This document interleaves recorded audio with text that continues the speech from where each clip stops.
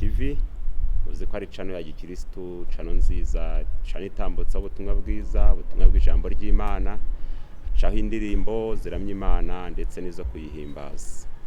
Aho muri mwese ndabakunda kandi nishimiye kongera kubabona. Uyu munsi wa none nje kubaganirira ku mbaraga zo gukora, kandi izo mbaraga zituruka ku Mana. Izi mbaraga nta handi zituruka ku Mana.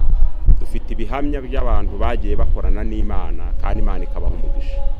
Inshuti yanjye aho uri ndagira ngo ubwire ngo uyu munsi wa none tangira wige gukora, tangira wige kugira ikintu ukora mu buzima bwawe, kuko imirimo igira umumaro mwinshi ku buzima bw'umuntu.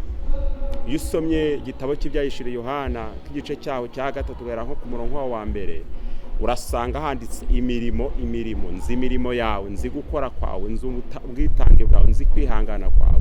Ibi byose biduha ishusho y'uko umuntu wese azagira umugisha, umuntu wese ukora azagira amahoro. Iyo ugerageje gukora uko ushoboye kose, waba uri muto, waba uri mukuru, waba ukuze, waba uri muremure, ibyo ukoze byose bigira umumaro ku buzima bwawe. Ugerageza ukore, ugerageza ugira icyo utanga. Tubare nk'urugero kugira ngo Imana irusheho kuguha umugisha. Uyu munsi wa none ufite akazi, ufite icyo ukora, ufite icyo winjiza, gerageza uhe mwene so, kuko biratwe ngo utanga bigira umugisha kuruta guhabwa. Iyo utanze ugira umugisha, iyo utanze ugira icyo ubona. Ku Mana urandikisha, ku Mana ugira icyo ubona, ku bantu urandikisha. Gira umugisha, ugira icyo utanga. Ko gukora kwawe kuzakwinjiza mu bisubizo byawe, ko gukora kwawe kuzaguhuza n'Imana, gukora kwawe kuzaguhuza n'indi migisha utari ufite, kuko gukora kwawe ni bya bindi Bibiliya tubwiye ngo bitsa aho inyenzi zitagera, bitsa aho ingese n'inyenzi zitagera. Mbese nubitsa, nukora, ukagira icyo ukora, ukagira icyo utanga, ukagira uwo wambika, ukagira uwo ugaburira, ukagira uwo usura, hari ikintu uzagera mu buzima bwawe.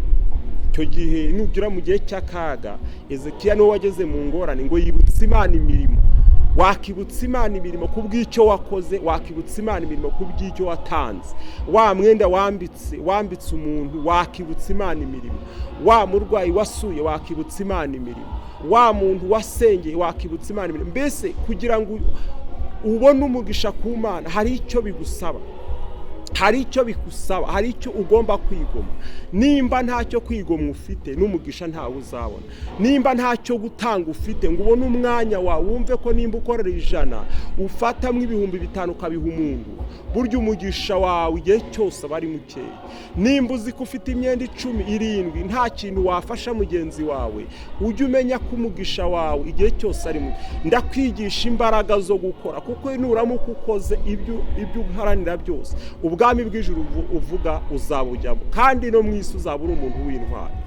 Dufite abantu benshi bagerageza kugira ubutunzi, bagerageza kugira ibyo bakora, ariko ugasanga imirimo yabo y'amaboko yabo ni mikeya. Mbese imirimo y'amaboko yabo ugasanga ntifatika, imirimo y'amaboko yabo ugasanga ntihari.